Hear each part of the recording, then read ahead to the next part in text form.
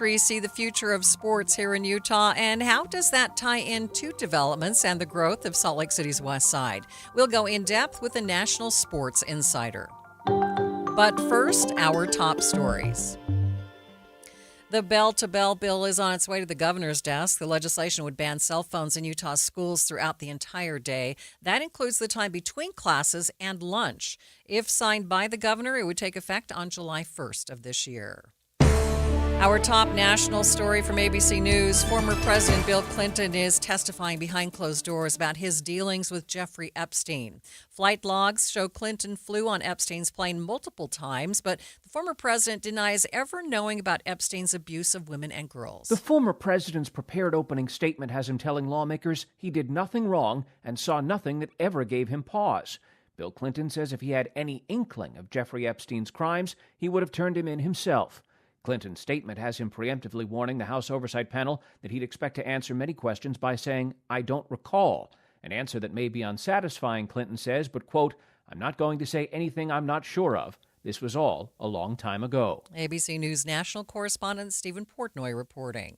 Other national stories KSL is following. Almost 5 weeks since Nancy Guthrie disappeared, and now law enforcement says they are reallocating resources as the search continues. ABC's Alex Stone has more. As the FBI moves its command center from Tucson to Phoenix, now the Pima County Sheriff's Department says it is refocusing its resources, and detectives who are specifically assigned to the case will work it rather than most of the department. The sheriff saying as leads are developed, resources may fluctuate.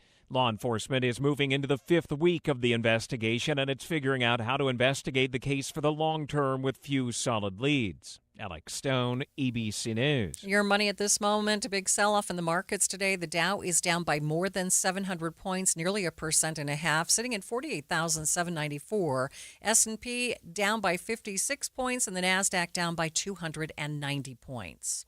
Traffic and weather together, it's brought to you by UCCU. Earn 4.44% on savings at uccu.com. And is it Ricky Meese today? It is Ricky today. Happy Friday, Maria. We are seeing traffic finally easing a bit as a trooper had trouble in traffic southbound I-15 approaching the point of the mountain in that right lane with delays back to Draper. We do have a crash in North Salt Lake, northbound Highway 89. This is not far from Center Street by Eagle Ridge Drive. That's been blocking traffic, but in the cleanup stages. Ricky Meese in the KSL Traffic Center. Headed for a high of 60 degrees today, and then a slight chance of showers creeping into the forecast for the next few days. 10% tomorrow, 30% chance on Sunday. By Monday, though, a 50% chance of rain. Right now, 57 degrees at the KSL Common Spirit Health Studios.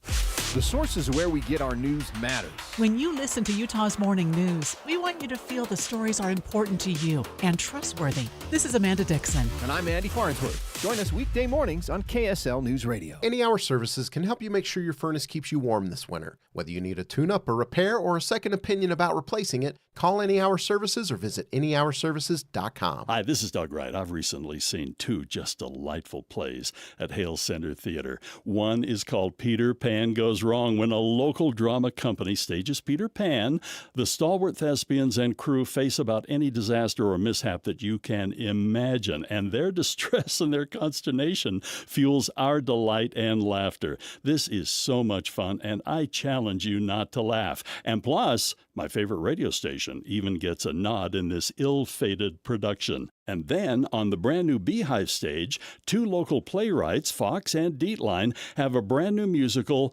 Hallmarked. It includes tidbits of every Hallmark movie plot you have ever seen. A young woman heads to Vermont to save a floundering reality cooking show, but she's determined not to be Hallmarked. You're going to love the play. You're going to love the music. Get your tickets at hct.org. Don't forget, Hunchback of Notre Dame coming up on March 9th. Are your investments in the right accounts? What's best, traditional or Roth? Are you receiving all available tax deductions? Are you paying as little in tax as you can? These are all questions you can't afford to get wrong. Hi, I'm Jeff Jr., founder of Trajan Wealth, and in many cases, it's not what you make, but it's what you keep that makes the real difference. Trajan Wealth and Trajan Tax work closely together exclusively. No more guessing about whether you should do a Roth conversion, or if maxing out your 401k is really the best option. Our nationally recognized fiduciary advisors and CPA team work in tandem to make sure your tax strategy works with your investment strategy. We'll even do your tax preparation. One team, one strategy. Isn't it time for a second opinion? Call Trajan today, 801-207-9900. That's 801-207-9900. Trajan Wealth, an SEC registered investment advisor. Additional services through Trajan Estate and Trajan Tax. Additional disclosures and accreditation at TrajanWealth.com.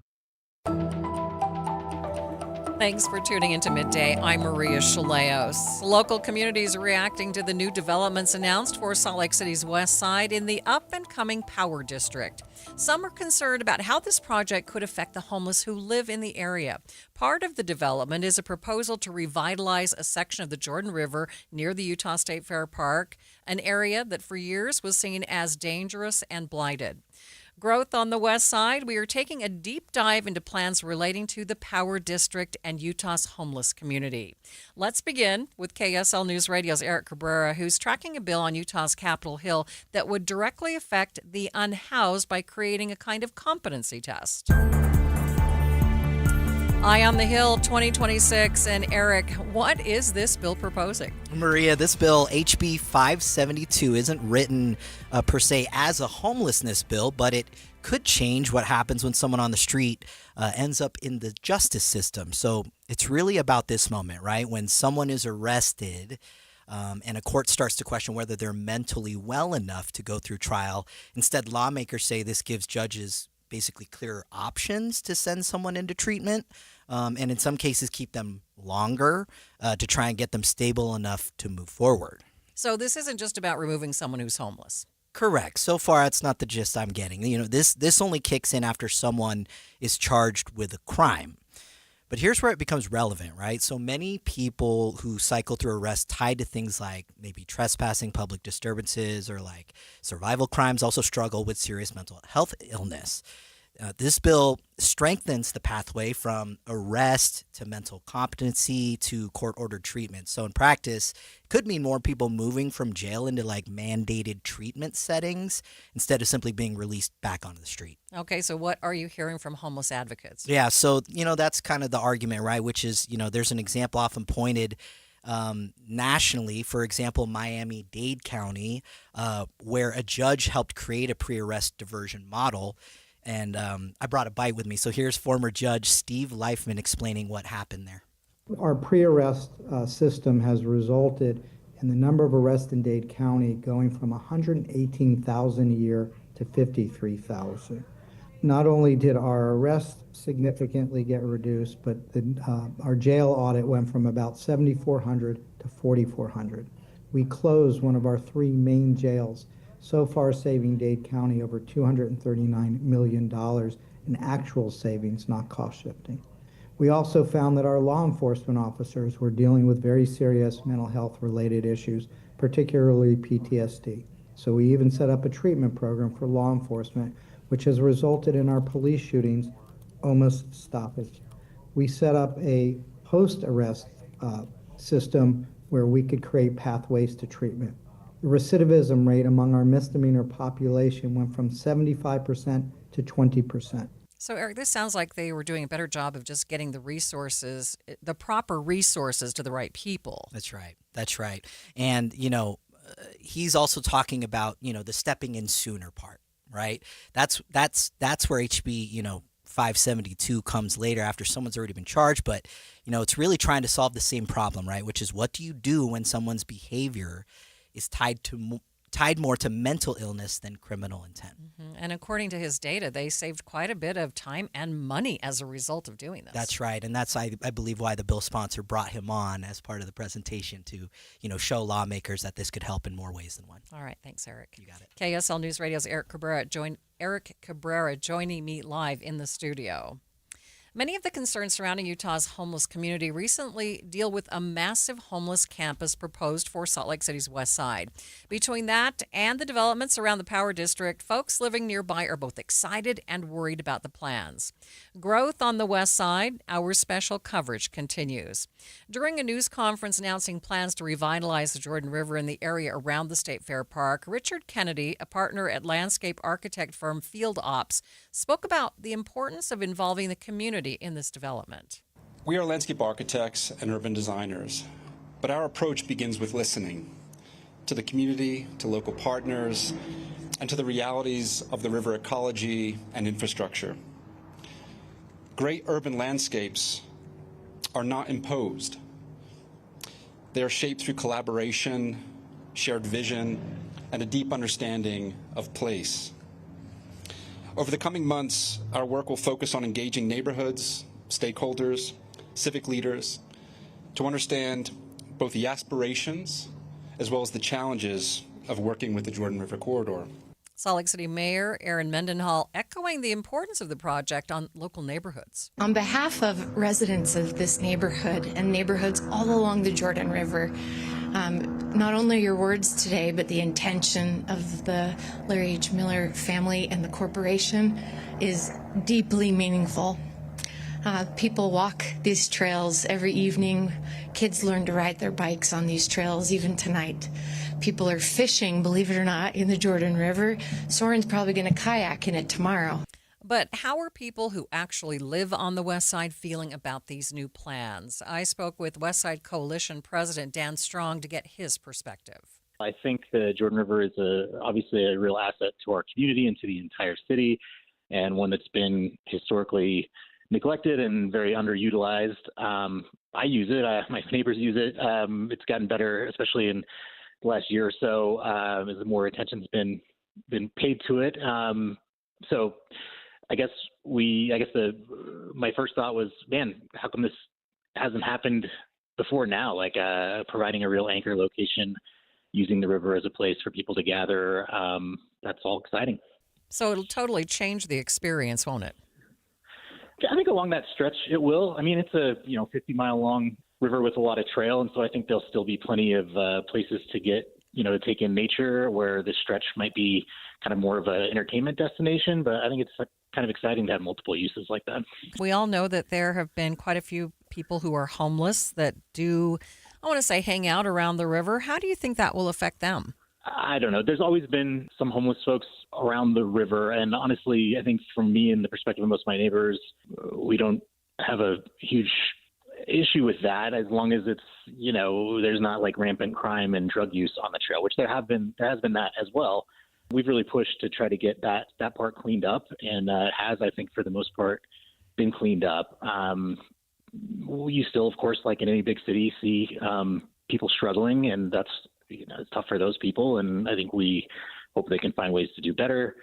But I guess from my own perspective, that's been kind of a part of the River Trail experience for a long time. I don't know that this will change it other than in that mile stretch, but the main thing is kind of keeping the public safe. Mm-hmm. Do you think this is just the beginning, or do you think that leaving the rest of the Jordan River Trail in a more natural state is the best way to go?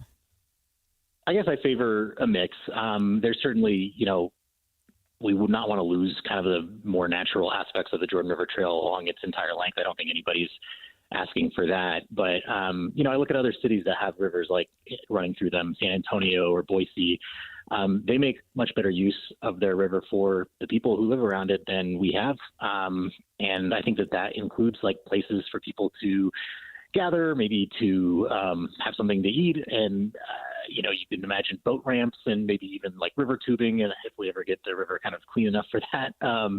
So I could see like a really nice anchor location along this stretch, but then that kind of reminds people that it's here and brings people to it. And then, of course, I think for most of its length, it would continue to be used for walking, jogging, and maybe boating. Yeah, you mentioned the quality of the water there along the river. Are there efforts underway to clean up that water, or do you hope this will lead to that? I think that is kind of part of what's being discussed. I mean, I don't know all the details, but I know that Miller Group and the other developers are talking about a like 8-figure investment in the river. Also, the Jordan River Commission is highly engaged and invested in all of this. And so I do think that there will be efforts to clean the river. And I don't know how much it would take to make it kind of, safe to swim in. We're probably a long ways away from that. But I'd be excited for anything like that. And I do think that that's part of the discussion. All right. Anything that you'd like to add that maybe I haven't asked you? I guess just back on the crime issues, it did get, about a year ago to a point where it did feel unsafe. And I think you're probably aware they had to close a section of the trail. And we've seen improvements since then. I'd say it's kind of back to like normal on the trail, where maybe occasionally you might see something that makes you feel a little uncomfortable, but overall it's a pretty safe, kind of normal stretch of green space in how any major city would be. So I guess I want to show some appreciation for the people who helped get it to that point. That was something we as a neighborhood really pushed state and local leaders to do better on. And I think they have for the most part, and hopefully that's helping to enable this sort of like next step project. Dan Strong is the president of the West Side Coalition. Our special coverage, Growth on the West Side, continues in just 60 seconds. We all hear the radio ads about the IRS. They tell you to be afraid, to be scared, and they try to frighten you into calling. I'm not here to do that. Tax Relief Advocates is different. TRA is here to tell you that if you owe money to the IRS, whether it's $5,000, $50,000, or $500,000, we have a solution. It doesn't matter if you're sitting in your car, at work, or with your kids. No matter where you are, call now. 800-551-7672. Don't lose hope. TRA can eliminate or reduce what you owe to the IRS. Generous programs are now available that can give you a fresh start. Our passion is taxes and helping individuals fix their IRS problems. We have over 1,000 5-star reviews on Google and an A+ with the Better Business Bureau. You don't need to be afraid of the IRS any longer. End your tax nightmare today by visiting us online at TRA.com or call 800-551-7672. That's 800-551-7672. Tax Relief Advocates. Real solutions for real people.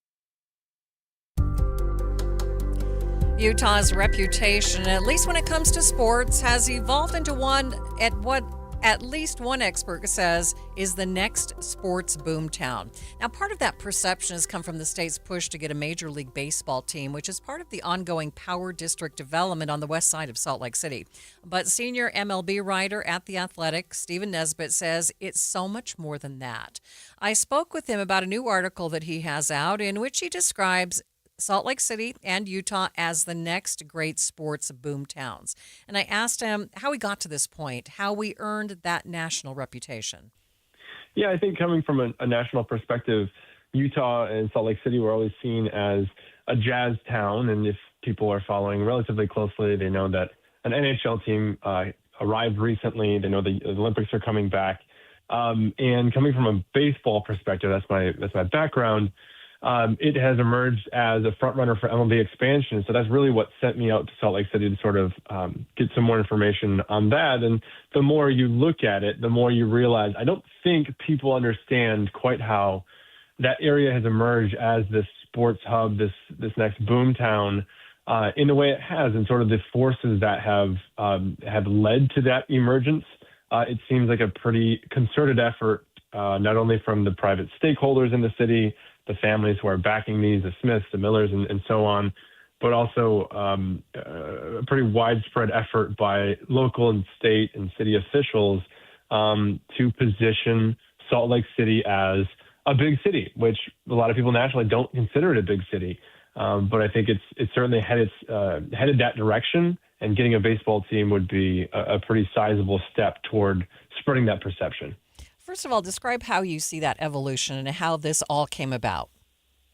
The evolution, so far as I can see it, is that since the 2002 Winter Olympics, my conversation with Governor Spencer Cox, he said that was a moment when it felt like there was a little bit of an inferiority complex for the state of Utah. Like, could they handle it?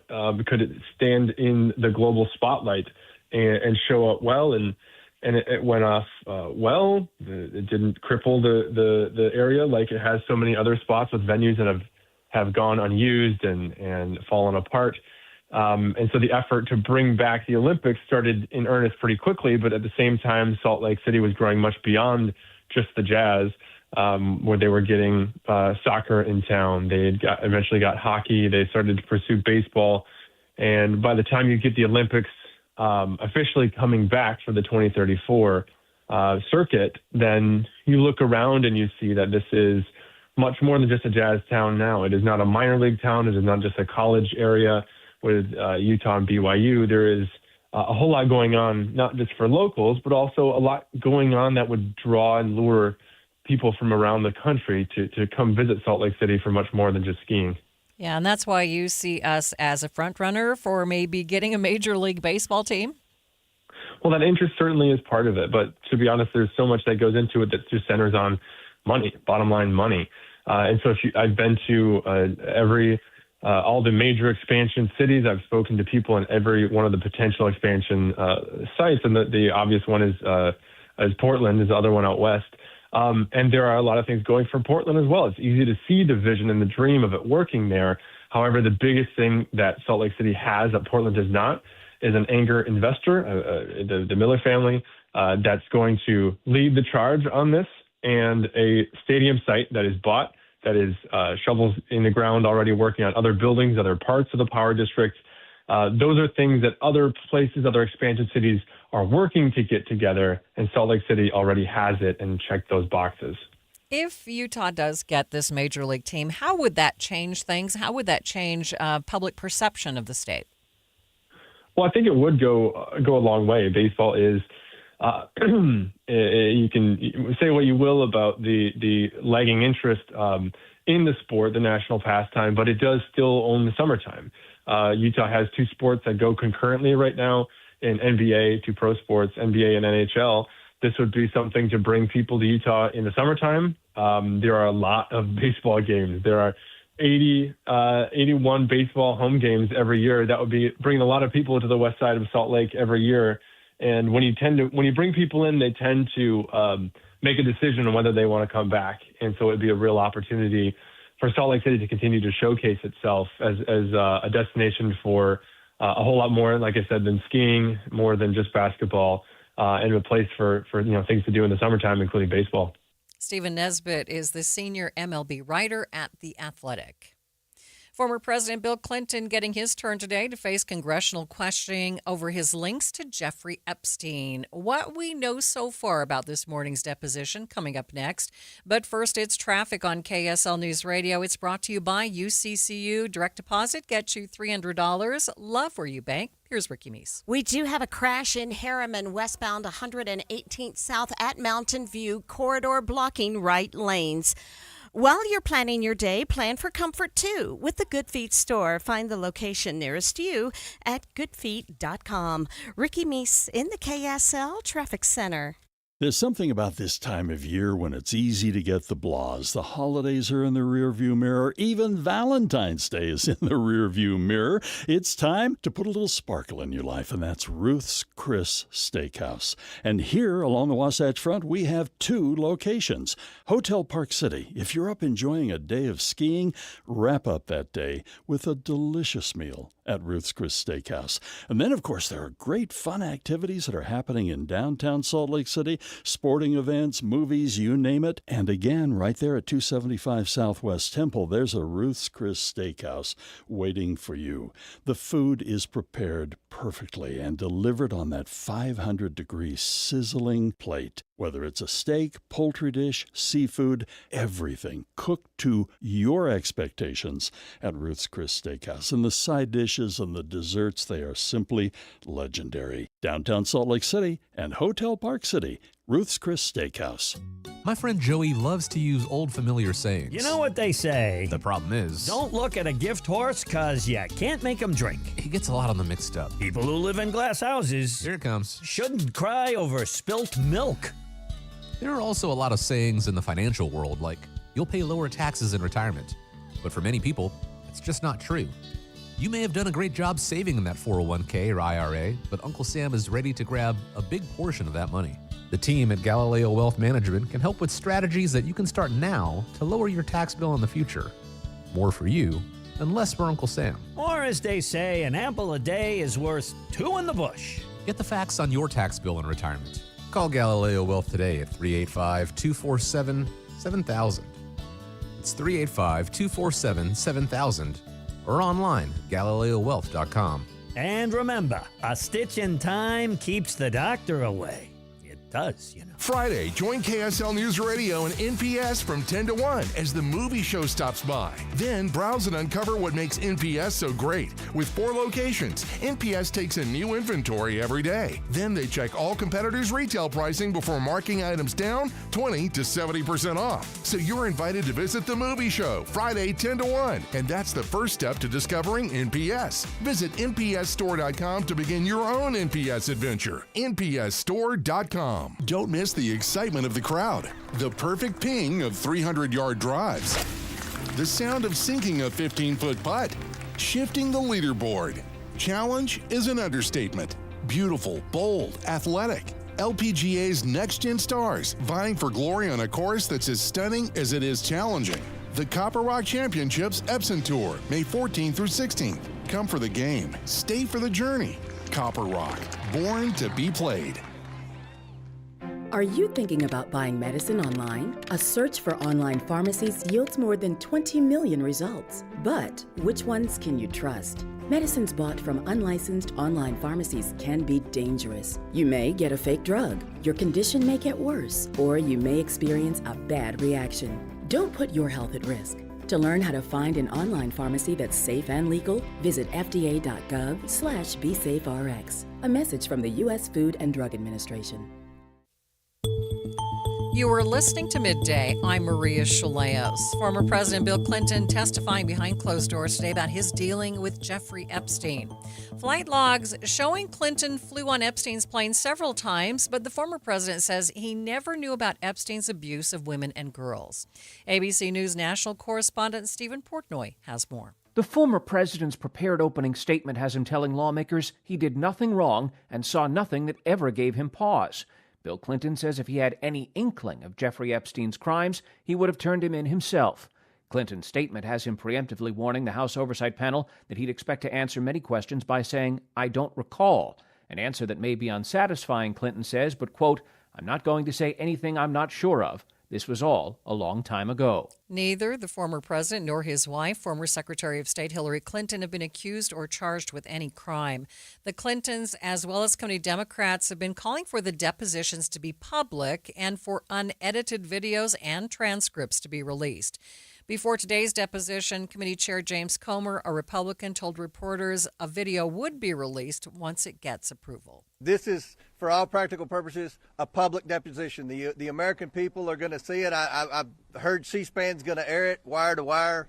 So everyone's going to see what was asked yesterday. And I think that'll answer a lot of questions. Committee ranking member Robert Garcia, a Democrat, says the Republicans on the committee have set a new precedent by bringing in a former president. So he wants the current president to also come before the committee. Republicans have now set a new precedent, which is to bring in presidents and former presidents to testify.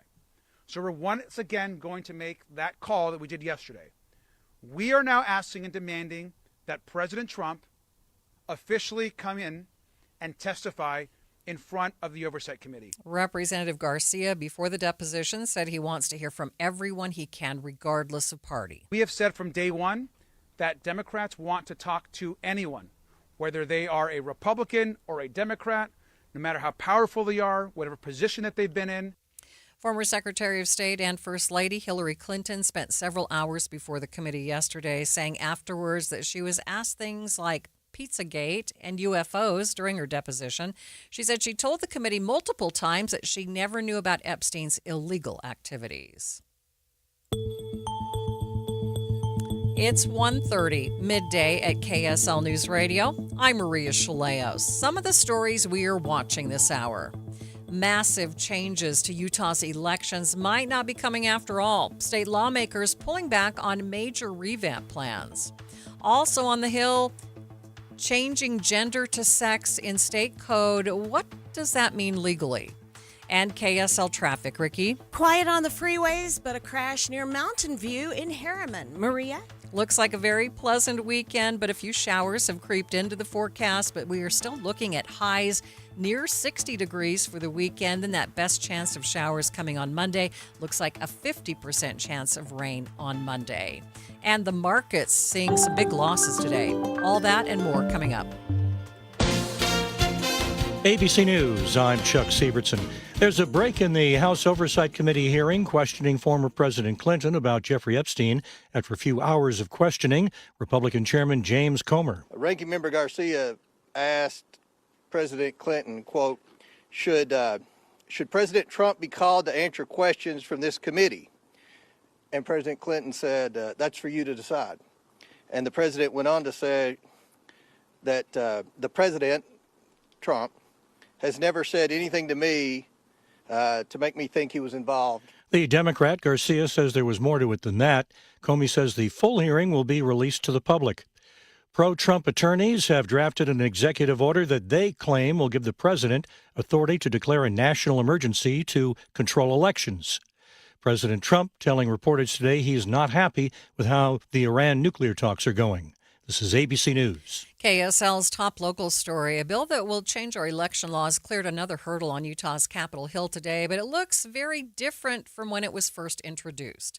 KSL News Radio's Adam Small has details. When it was first introduced last month, the bill would have cracked down on proof of citizenship in elections, require whoever's appointed to fill a vacant elected office to be in the same party as the person before them, and most notably, it would make Utah's voter rolls public. But Senator Mike McKell has now scrapped all of that, but he says he still wants the lieutenant governor and county clerks to take steps to avoid conflicts of interest in elections they're running in. We don't want county clerks counting their opponents' signatures. We want to make sure that that conflict of interest is taken care of. Many of the provisions Senator McKell dropped related to verifying voter citizenship are still in a different bill that is making its way through the state legislature, and McKell says he supports it. The committee passed his bill today, sending it to the full House. Adam Small, KSL News Radio. Turning to southern Utah, a pair of state lawmakers are looking to make changes to the Grand Staircase Escalante National Monument and set a new precedent on environmental regulations.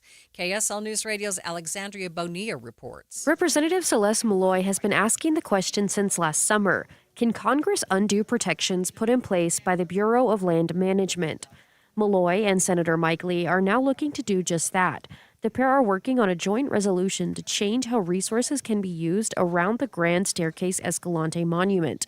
Environmentalists and conservationists are worried because undoing protections put in place by the Biden administration opens the door to more economic uses like development, grazing, and mining. The monument has been a point of contention ever since it was created. Lee and Malloy hope to put forward their resolution next week. Alexandria Bonilla, KSL News Radio. Taking a look at your money at this moment, the Dow is now down by 553 points, about a full percent, sitting at 48,953. S&P down by 36 points. The NASDAQ down by 229 points. Traffic and weather together, it's brought to you by UCCU, up to $500 for loan transfers. Love where you bank. Here's Ricky Meese. We've had a crash in Harriman, westbound 118th South at the intersection of Mountain View Corridor. It had been blocking traffic. It's in the final cleanup stages.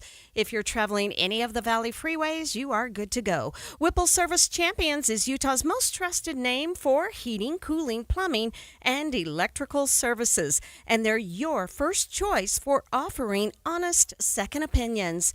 Ricky Meese in the KSL Traffic Center. Taking a look at the forecast for the Wasatch Front, a nice mild weekend ahead with the high near 60 degrees, lows near 40 degrees, and a slight chance of showers tomorrow, a 30% chance on Sunday, but on Monday, a 50% chance of showers. 57 degrees at the KSL Common Spirit Health Studios. Mornings are for recharging. And they're for starting your day right. We volunteer to join you in the car. Get news and weather at 102.7 FM during the most important part of your day. Andy and Amanda, each morning between 5 and 9 on KSL News Radio. Logan Fury did something smart. He saved hundreds on auto insurance switching to Progressive. With that money, he bought a mini treadmill. Is walking on it during video conference calls more distracting than he thought? Yes. And is that because he overestimated his foot-eye coordination? Definitely. But it's Logan's savings, and if he wants to burn calories and any chance at a promotion, we say, good for you, Logan. Switch and see if you could save with Progressive and treat yourself.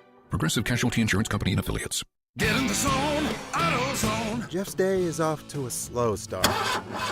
So he heads to AutoZone, America's #1 battery destination, where Sammy, a local AutoZoner, tests his battery for free. Looks like he just needs a charge. And Sammy does that for free too. In no time at all, Jeff is back on the road, ready to finish the day strong. Free battery testing and charging at every store. No hassles, just help. Get in the zone, AutoZone. Restrictions apply. So, you want to be a hero. Here are some ways to get the job. Hunt down that killer shark. Or run into a burning house to save a kitten. Luckily, there's an easier way to become a hero. Call 911 if you see someone experiencing the symptoms of stroke, sudden weakness on one side, or trouble speaking, walking, or seeing. Stroke. Know the signs. Act in time. You'll be a real hero. A message from the National Institute of Neurological Disorders and Stroke. You were listening to Midday. I'm Maria Shilaos. Eye on the Hill 2026. Special coverage on KSL News Radio. Upcoming Utah elections could see even more changes if a bill on Capitol Hill continues its trajectory through the legislature. This morning, Senator Mike McKell's elections bill passed a House committee. It's already passed the full Senate, but a slew of changes may require it to go back to the Senate before it reaches the governor's desk. When first introduced last month, the bill proposed things like cracking down on proof of citizenship in elections and requiring someone who's appointed to fill a vacant elected office to come from the same political party as the person before them. It also would have made Utah's voter rolls public. Many had concerns with that specific part. I think some of the good pieces of Senator Johnson's bill, I supported that, but some of the concerns could be that folks could use the information in that voter data file to harass voters, and I think that's a legitimate concern. So you'll actually see just in the short title that we establish a crime of electronic communication abuse of elected or elected office in this bill. The purpose of that, it's already illegal to dox somebody and use that list and harass somebody, but we actually pulled the language from the existing code and we brought it over into the election code to try to address that concern. Having watched the last couple election cycles, not only do I think it's possible that your concerns could play out in reality, I think it's very, very likely. So we actually pull a criminal penalty that already exists in the code. It was already against the law, but we move it into the election code to make it clear.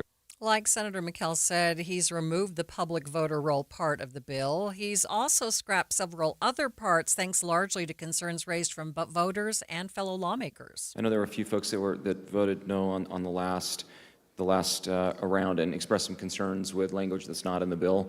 So just to be clear, the language in Representative Malloy's bill, which I support, House Bill 209, that is not in this bill. The language dealing with the voter database, which I also support, is not in this bill. So this bill is narrowed to conflicts of interest, computation of time, verifying identity when folks vote, and the verification of voter identity. That's done by the poll workers. That's looking at the signature. That's looking at the 4 digits. We've got some conflict language for county clerks. We deal with vacancies. We've added some language of electronic communication abuse. When we pass Senator Johnson's bill, we add some penalties if that information is abused. We also removed the signature thresholds where I had changed those thresholds. That's not in the bill. Campaign funds can be used for security services, and then we went back to the original language on election audit. That happens after an election, and that's back to the requirement. We had changed it to as necessary, but we put it in as a requirement. But with that, it's a great bill. Again, those pieces that were more controversial, where there were concerns expressed, those pieces are no longer in the bill. The bill passed out of House committee, so it's now headed to the full House. We do have breaking news. We are learning the identity of the man who died after he was caught in an avalanche in Big Cottonwood Canyon. Salt Lake County Sheriff's Office says 47-year-old Kevin Williams was in the backcountry near Butler Fork when he and another man were caught in the slide. Both were uncovered by another group of skiers and they were taken to the hospital. Williams ended up succumbing to his injuries. Eye on the Hill 2026, our coverage continues. A bill on Utah's Capitol Hill would remove most references to gender in state code and replace it with sex. The proposal has faced pushback from the LGBTQ plus community, but state leaders say that this is the best way to clean up the code.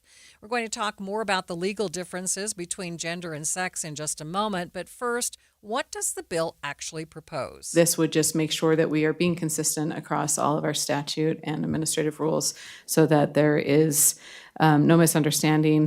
David Torrey is a Salt Lake resident who identifies as non-binary. He spoke against the bill in a committee hearing. It signals out transgender people and places barriers in us that no one else faces. I'm not asking for special treatment. I'm asking for the state of Utah to acknowledge my life, my health care, my identity, just like everyone else's. Under the current version of the bill, the word gender will stay in portions of Utah law that protect people from discrimination. So what is the difference between using the words sex or gender under the law? KSL legal analyst Greg Skordas joined me for the discussion. And Greg, why does this language matter according to code? You know, the law doesn't really separate the definition between sex and gender. It really doesn't. I think the reason why this is happening is because there's a theory that there are only two sexes. But gender, if you think about the, people can identify under certain genders as, bisexual or homosexual or whatever. I think that there's a notion that that there are different definitions of gender, but only two different sexes. Mm-hmm. Then why change law? What difference will it make? In terms of the law, it shouldn't make any difference at all, but I think it's a message. The message is really symbolic, and to say, really, there are only two sexes. And so the LGBTQ community can say, well, we have many different definitions of gender, and the legislature saying, no, we're going to say two sexes, a man and a woman. Okay. So are laws about sending messages, though? The law shouldn't be about sending messages. And sometimes it's a difference without a distinction. Sometimes we'll use the word minor, and sometimes we'll use the word juvenile. I mean, attorneys are sometimes called counselors. I mean, it's the same thing. You know what I mean? Mm-hmm. It's not always different. We have different words that define the same idea. This one, I think, is more of a message to say, look, LGBT community, we're talking about sexes here, and there are only two. Okay. And then what is the is there some enforcement part of this law? Really, it's just largely symbolic. I don't think it's going to make any difference in the law. I don't think it's going to make any difference in how we define things. I think it's just a message to LGBTQ community, and it's unfortunate if that's what it is, but I can't think of any other logical or legal reason why you would be doing this. Greg Skordas is KSL's legal analyst and the host of Inside Sources. The measure passed in committee and is now headed on its way to the House. Also in Utah's Capitol Hill, a group of students working to raise awareness about the dangers of radon. Junior high students from Promontory School of Expeditionary Learning have been gathering information about radon levels and traveled from Perry and Box Elder County to share their findings. I actually had never heard of it before I started working on it, so I just learned everything about it. And I just learned if it's too high, it can cause lung cancer, so that's the whole reason that we're speaking out about it. Radon has been called the silent killer because of its potential leak to non-smoking lung cancer. 8th grader Shelby Prince says that they've been gathering information about the levels of radon around their community. So we've been gathering data around the community about the radon levels, and we made a chart. So this is really high radon levels that you probably don't want in your house, and then this is like the lower ones that are safe. Math teacher Rob Christensen says the Radon Project has been an incredible learning experience for his students. It's interesting because whenever you're a teacher, it's a dual purpose, right? My desire was to get radon data and have the kids work with real data. And then the science teacher, Mrs. Wells, wanted to teach kids about radiation and radon, and kind of as an introduction to her 8th grade science as well, with the periodic table and things. But I think there's a deeper purpose here. For a few years, Mrs. Wells and I have been talking about doing a radon awareness campaign with the kids, because we knew there was something there and it needed to be raised. So multi-purpose, learning as well as disseminating information. And he says there's nothing like hands-on learning. Hands-on learning, real-world learning isn't necessarily what you present in the classroom. Story problems aren't, we now call them real world examples, but they're not necessarily real world examples. So it's really awesome to have the kids in an actual real world example because it's messy, right? The data's real, it doesn't end in whole numbers, but it's real. And so when the kids see this, they take it a lot more seriously. You'll see some graphs later that the kids created that really bring to light what radon looks like. And it was interesting because they did 2 or 3 drafts. And I said, why do you keep doing this over again? They said, because this is real. And they recognize the difference. And there's a lot more to it than just the math. It's about the struggle. It's about using information that's not clean cut. And it's about dealing with people. And it's about all of those things that really don't come with an example in mathematics necessarily. I do think raising health concerns is a really good thing. And it just keeps more people safe and healthy. Advocates have estimated nearly half of Utah homes have radon levels that are considered dangerous. They claim that simply living in a house with Utah's average radon level is akin to smoking 9 cigarettes per day or undergoing 250 x-rays per year. Midday continues in just 60 seconds.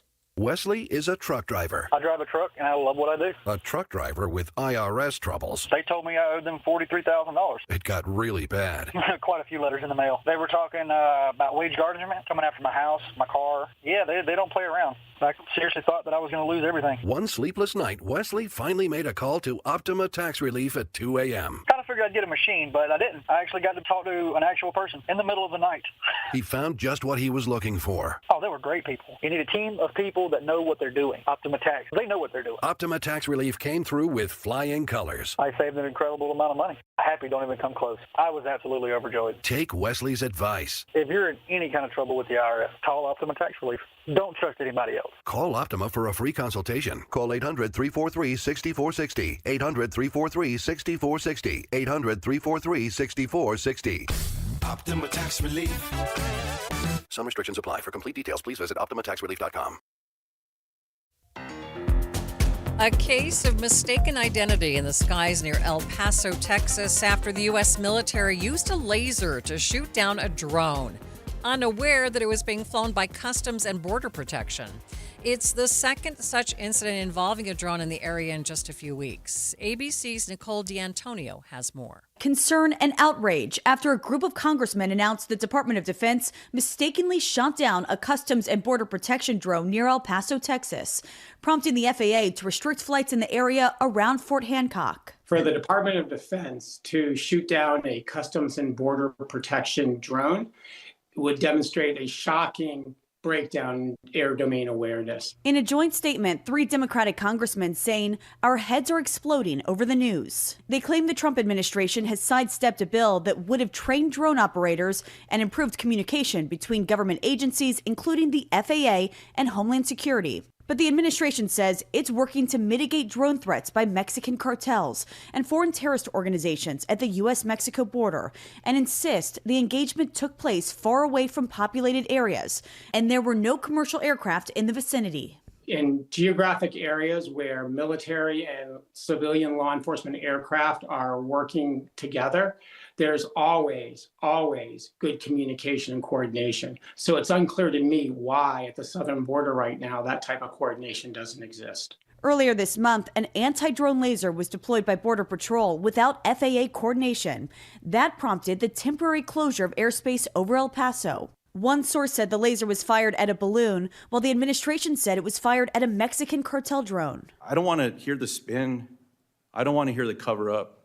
I want to hear the facts. We saw how the lack of coordination between the FAA and the Department of Defense can lead to widespread confusion. No, I don't think there's a lack of communication. We all know each other well, and we all communicate well.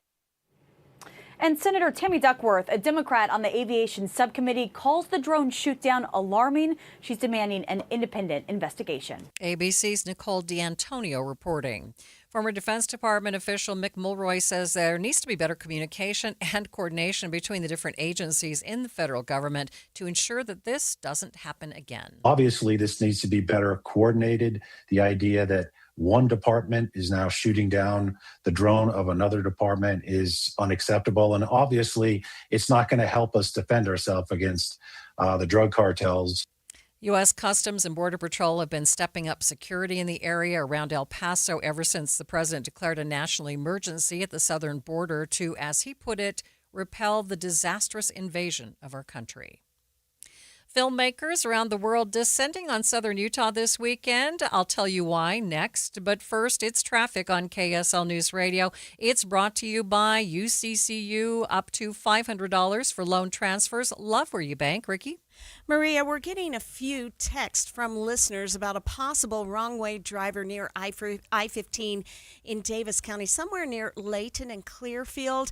I've gone through the traffic cameras, not seeing any problems, and that's the good news. Traffic is moving just fine through that area. I've seen a few vehicles pulled over to the right shoulder, but you seem to be moving along okay, and UHP, of course, is on the situation. Salt Lake County freeways all clear. We do have a crash reported at Redwood Road and 1600 South.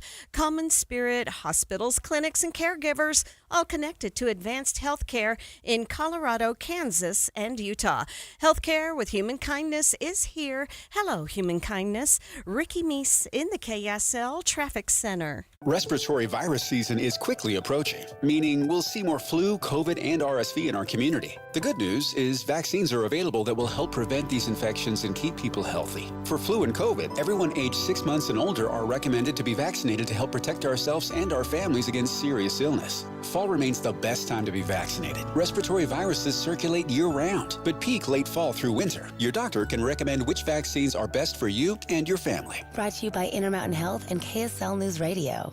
Wesley Financial Group is not a law firm, and Chuck McDowell definitely not an attorney. This is Chuck. If someone talked you into buying something really silly and you want to get out of that silly little thing, my advice, get the facts. Call me and I'll send you our timeshare exit kit absolutely free. Inside, you'll learn how timeshare works and all your options for cancellation. Call Wesley now for your free exit info kit. 800-290-7100. That's 800-290-7100. Finding great candidates to hire can be like, well, trying to find a needle in a haystack, but not with ZipRecruiter. Its powerful technology actively finds and invites qualified candidates to apply to your job. So while other companies might deliver a lot of hay, ZipRecruiter finds you the needle in the haystack. See why 4 out of 5 employers who post a job on ZipRecruiter get a quality candidate within the first day. Try ZipRecruiter for free at ZipRecruiter.com/free. That's ZipRecruiter.com/free. ZipRecruiter. At Uline, the prevailing opinion is, if you don't live it, you don't believe it. The people at Uline believe in hard work, and they live it by being there 24/7 to answer your call, having 41,000 items in stock, and offering same-day shipping from 12 locations across North America. Business owners, sellers, buyers, shippers, and packers believe it. Uline is the hard-working, dependable source for your shipping and industrial supplies. Visit uline.com. Put your phone on D&D. That means do not disturb when you're driving. And when you're going from point A to B, I need you to stay safe, please, so always sing with me. So put your phone on D&D. That means do not disturb when you're driving. And when you're going from point A to B, I need you to stay safe, please, so always remember this beat. Don't drive distracted. A message brought to you by the National Highway Traffic Safety Administration, Project Yellow Light, and the Ad Council. Sure, humans can be a little weird at times, but take it from me, I'm a dog. And a person is about the best thing that can happen to a shelter pet. So if you want to learn how you can be that person, get down to your local pet shelter or visit theshelterpetproject.org. Brought to you by the Ad Council. This is Midday. I'm Maria Shilaos. Filmmakers from around the world are in southern Utah for the Doc Utah International Film Festival.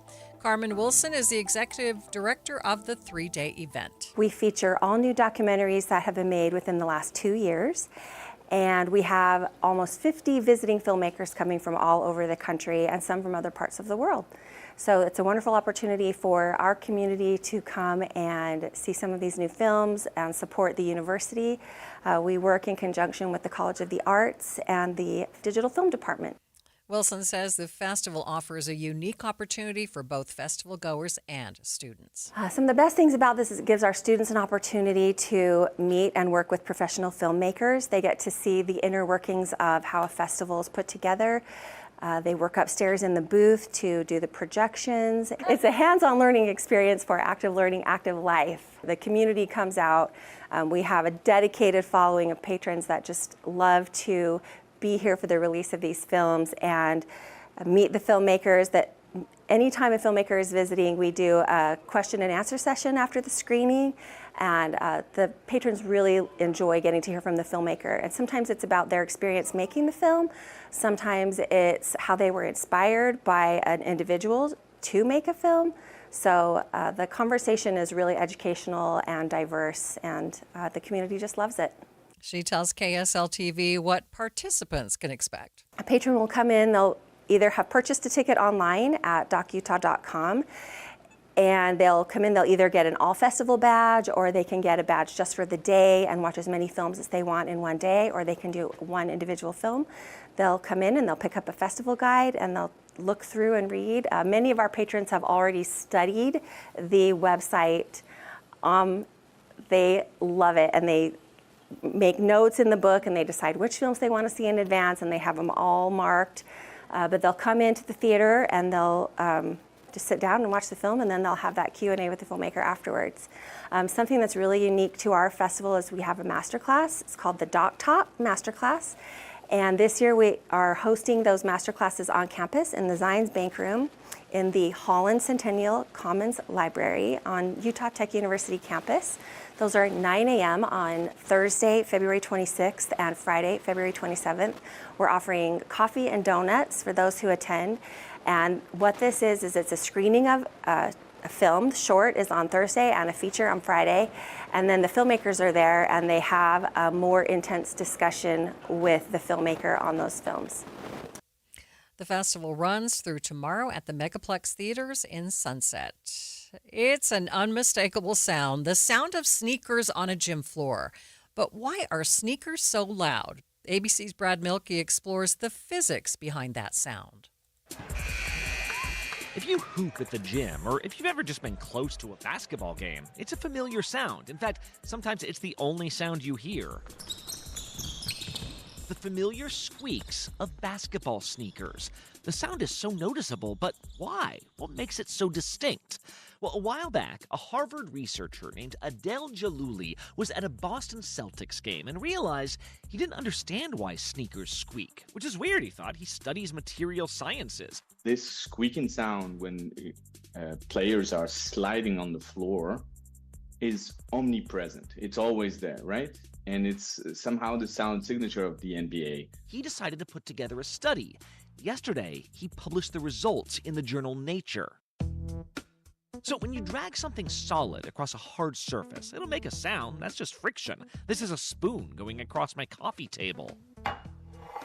So that's not very high-pitched, but now think of a sneaker sole. 1, it's soft. 2, it's got all these little tiny ripples. Well, when you bring soft rubber to a sudden stop, parts of that sole are changing position. Jallouli filmed soles being dragged across panes of glass.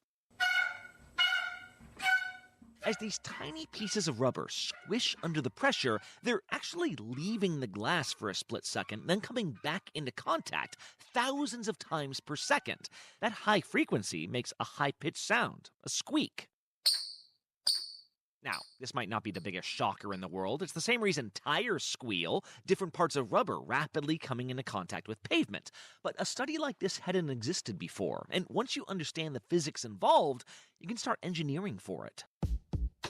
Friction is one of the most consequential forces of machines, of electricity, of earthquakes. It also means you could start adjusting sneaker soles. Maybe fewer ripples will squeak less. Maybe certain soles could be less embarrassing in echoey hallways.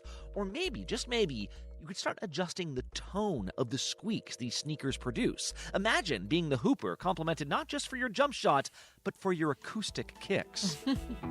That is Brad Milkey on the Star Here podcast. What about you? Have you sound some quieter kicks?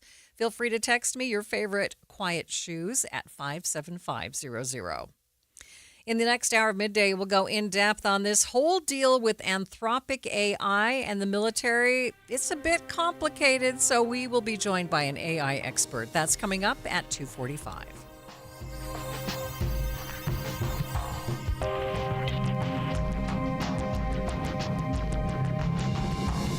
KSL FM Midvale. KSL Salt Lake City. From the KSL Common Spirit Health Studios, this is KSL News Radio. Utah's news, traffic, and weather station.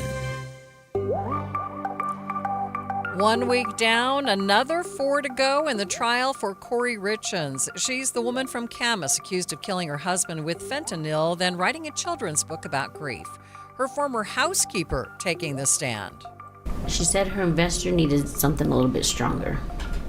And I proceed to tell her, like, it's not something you can just, when you're buying something off the street that's man-made, you just don't say, hey, this is what I want to order. I just told her you get what you get. The time is 2 o'clock on Friday, February 27th. It's midday. I'm Maria Shilaos. Coming up, KSL News Radio's Heather Peterson will join me for an update on this case, a case that's earned the attention of people across the country.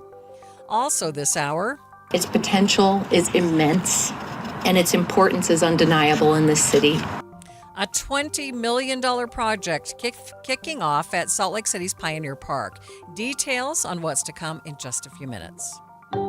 But first, our top stories. A convicted murderer that escaped federal custody in Utah last month is now back under arrest. Utah's Board of Pardons and Parole issued an arrest warrant for Frank Powell in January after he didn't return to his halfway house. Today, the Utah Department of Corrections confirmed that he is in the custody of another agency. It's unclear which agency arrested him. Our top national story from ABC News. Secretary of State Marco Rubio will travel to Israel on Monday, where Iran will be high on the agenda. This is we're seeing more signs of potential U.S. attack on Iran. ABC News White House correspondent Karen Travers has the latest comments from President Trump today. President Trump says he doesn't like how negotiations are going with Iran after a third round of indirect talks on Thursday in Geneva. The president, talking to reporters before leaving the White House Friday, didn't say whether a military strike is imminent. Well, we haven't made a final decision. We're not exactly happy with the way they negotiated. They cannot have nuclear weapons, and we're not thrilled with the way they're negotiating, so we'll see how it all works. Karen Travers, ABC News, the White House. The U.S. hasn't indicated whether it will participate in more talks next week. Other national stories KSL is following. The civil trial against social media companies continues today, where a 20-year-old plaintiff says prolonged social media in her youth affected her mental health and claims that social media platforms deliberately try to addict users. Here's ABC's Hannah Battah. By the time she was 9, Kaylee says she was sneaking on Instagram behind her mother's back, creating more than a dozen profiles to garner more likes, even spending 16 hours a day on the app. One alternative juror seen wiping away tears as Kaylee testified she now suffers from anxiety, depression, and body dysmorphia. Today, lawyers for YouTube are expected to question the plaintiff who filed the lawsuit. New York City Mayor Zohran Mamdani sharing some details today following his meeting with President Trump at the White House. At the meeting, the mayor talked about the Columbia University student who was detained by ICE from her dorm room. I shared my concern with the president about ICE's detention of Columbia student Elmina Agayeva yesterday morning, as well as the detention of 4 additional New Yorkers in relation to the university. After the two spoke, President Trump ordered the students' release. Taking a look at your money at this moment at the close, the Dow down by 521 points, more than a full percent, sitting at 48,977. S&P down by 30 points, the Nasdaq down by 210. Traffic and weather, it's brought to you by UCCU. Earn 4.44% on savings at uccu.com. Ricky? We have a problem-free drive on the Valley Freeways. A beautiful day for a drive up in the canyons, whether it's Provo Canyon, Highway 189, Big or Little Cottonwood, or I-80 in Parleys. And the crash has just cleared, Mountain View at 118th South. Ricky Meese in the KSL Traffic Center. Hate it when that happens. And the high today, 60 degrees. No chance of rain today, but then rain creeping into our forecast for the next few days. 10% chance tomorrow, 30% on Sunday, and 50% on Monday. 59 degrees at the KSL Common Spirit Health Studios. A reminder about the simplest way to get updated for your day. Hit your KSL preset when you jump in the car, and we'll take care of the rest. Hear key news updates and traffic reports. Andy and Amanda from 5 to 9 in your car. KSL News Radio at 102.7 FM. Getting help with electrical repairs is easier than you think. All you have to do is call Any Hour Services or schedule an appointment at anyhourservices.com. No one helps more homeowners than Any Hour Services. Trying to make sense of the markets? Looking to diversify out of all the craziness? Thinking about tangible assets like precious metals? Listen to The Gold Show with Kenny Michaels right here on KSL at 3 p.m. Sunday afternoons. Stay up to date on retirement trends, how the IRA rollover process works, and why investors are turning to physical gold. Kenny is a national talk show host with decades of experience in the markets. Tune in for Kenny's Insights and The Gold Show this Sunday afternoon at 3.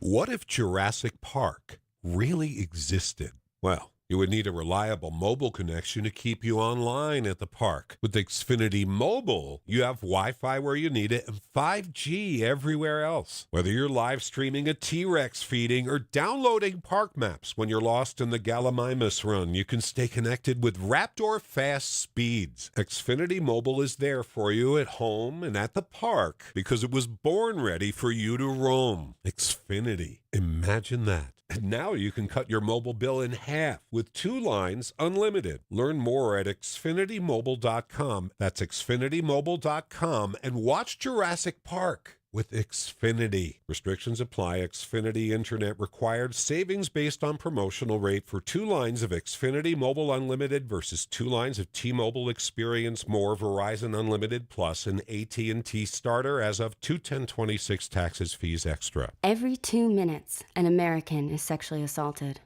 The majority of victims know their attacker. It could be your friend, your neighbor, or someone you met at a party. If you said no, it's rape. And it's a crime. This is Christina Ricci with RAIN. Call the National Sexual Assault Hotline today at 1-800-656-HOPE or visit RAIN.org. That's RAINN.org. Brought to you by RAIN and this station. Thanks for tuning into Midday. I'm Maria Shilaos. So 1 week down, 4 to go in the trial of Corey Richens. She's the Camas mother accused of poisoning her husband and killing him, then later writing a children's book about grief. The prosecution has spent the week laying out their case and putting witnesses on the stand, trying to prove that Corey killed her husband, Eric Richens, with a fatal dose of fentanyl. Joining me now live in studio with the recap is KSL News Radio's Heather Peterson. So, Heather, what is the latest in this case? Well, today, one of the key witnesses in the case was back on the stand for day 2 of questioning. This is Carmen Lauber, the Richens' former house cleaner. Yesterday, when being questioned by the prosecution, Lauber talked about how Richens had asked her for drugs. She testified that Richens first asked for drugs in February 2022 for an investor. Later, she asked for more. She said her investor needed something a little bit stronger. And I proceeded to tell her, like, it's not something you can just, when you're buying something off the street that's man-made, you just don't say, hey, this is what I want to order. I just told her you get what you get.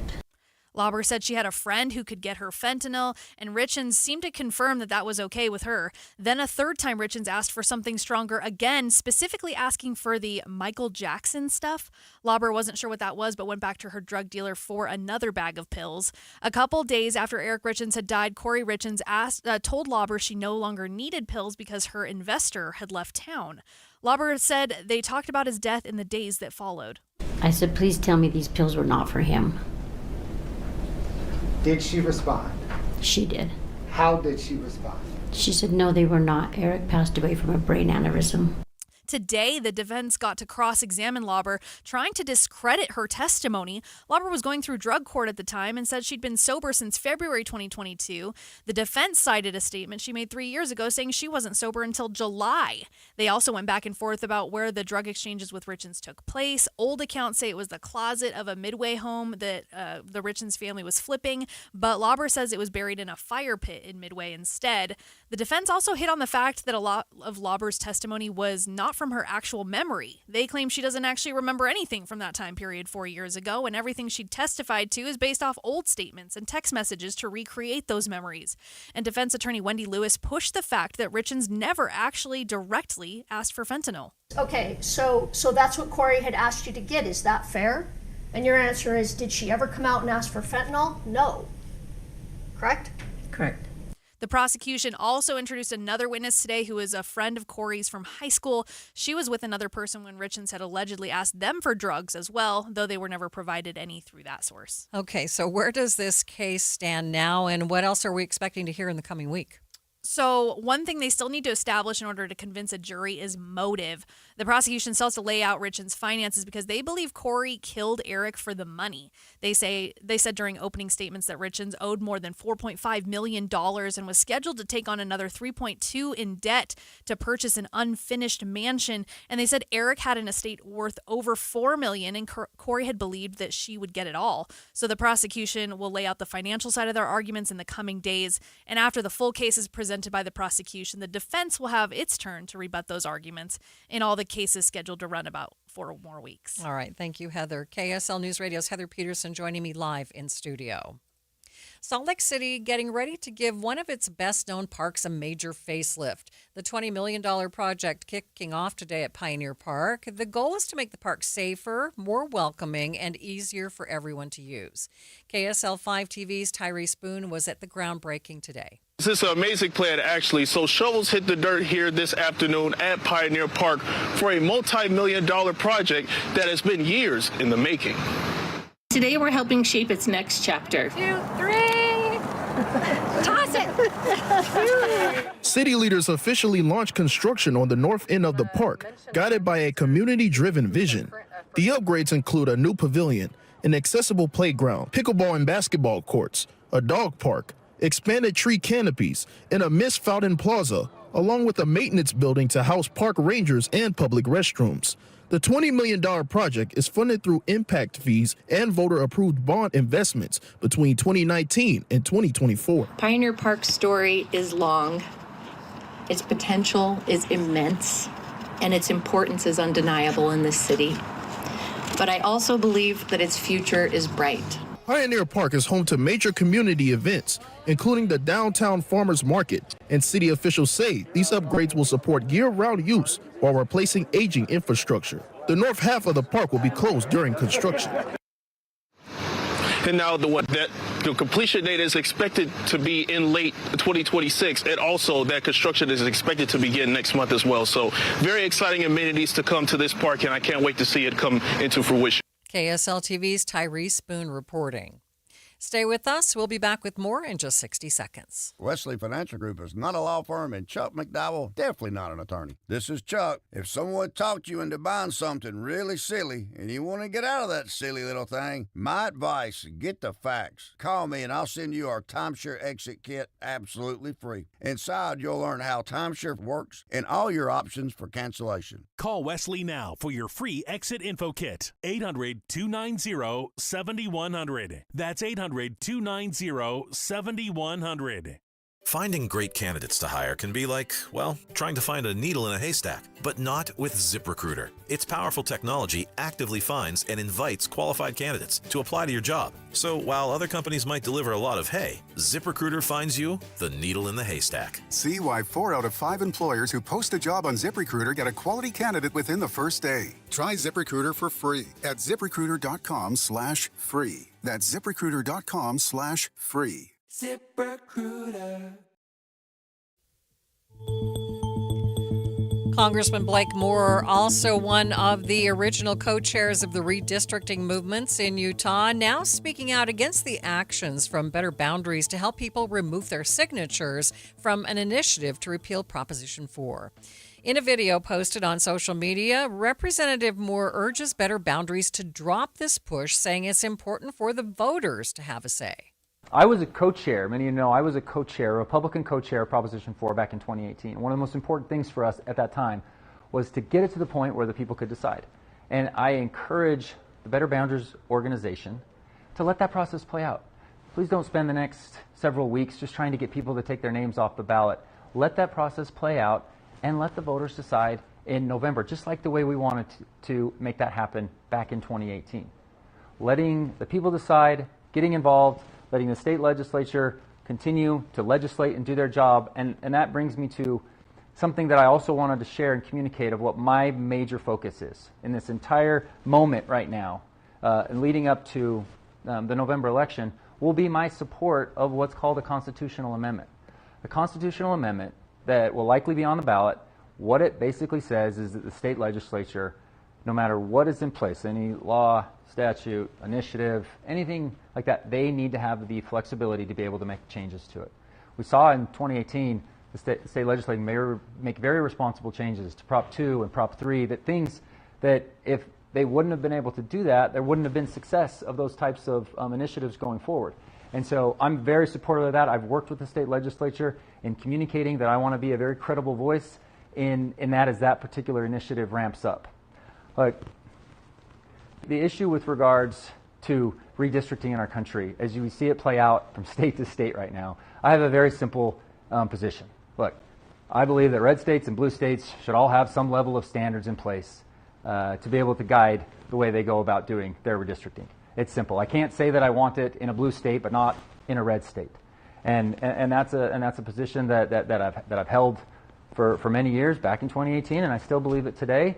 And I just want to be able to have a process where the people can have a voice and the state legislature gets to do their job and legislate on things and then be held accountable one way or another. And this is a moment where it might seem really contentious. I think it's a great opportunity for us to all be involved and see how everything shakes out. But I wanted to make sure that I was clarifying a couple of those things. And that is, let this play out and then definitely take a look and explore what this constitutional amendment is. Better Boundaries continues to claim that many Utahns were deceived or misled in signing the petition to begin with, so they stand by their decision to help people remove their signatures. So far, the effort to repeal Prop 4 has reached the verified signature threshold, bringing in more than 150,000 signatures. They only needed about 141,000. The group behind the repeal, Utahns for Representative Government, says they still have to hit the threshold in 6 more Senate districts before the referendum officially makes it to the ballot in November. Is it safe to go to Mexico now? Lots of unrest and turmoil last weekend, but how are things now? We'll get an update after the break. But first, it's traffic on KSL News Radio. It's brought to you by UCCU. Direct deposit gets you $300. Love where you bank. Ricky? We do have the final cleanup of a crash at Redwood Road and 1600 South. If you're traveling I-15, you're good to go either direction between Ogden and Provo. The Good Feet stores supporting you with comfort no matter what the day brings. Find the location nearest you at goodfeet.com. Ricky Meese in the KSL Traffic Center. Hi, this is Derek Overstreet, president of the New Millennium Group and co-host of Stop Working, Start Living with KSL News Radio. Can you imagine what your life would be like if you could retire 3 to 5 years earlier than you thought possible? The things you could do, the loved ones you could spend time with, the memories that you could create. That's what our team at the New Millennium Group does. We'll walk you through the entire process every step of the way. If you'd like to get a copy of the 5-step proprietary plan that will help you retire 3 to 5 years sooner than you thought possible, give us a shout right now. 888-999-6370. That's 888-999-6370 or utahsfinancialplanner.com. Listen, most of our listeners right now have a tax problem, not a money problem. There's not enough money in Social Security Medicare as it is. Let us show you how you can significantly reduce your taxes. That's 888-999-6370, 888-999-6370, or utahsfinancialplanner.com. A family office is a team built to handle the 3 biggest financial responsibilities a family faces: wealth management, tax strategy, and estate planning. Most firms only manage your investments and refer the rest out, hoping everyone stays aligned. At Trajan, we built something different. Your wealth, tax planning, and estate planning are handled together inside one firm under one roof. There's no guessing whether your CPA, advisor, and estate attorney are truly in sync, because our team works together every day on your behalf.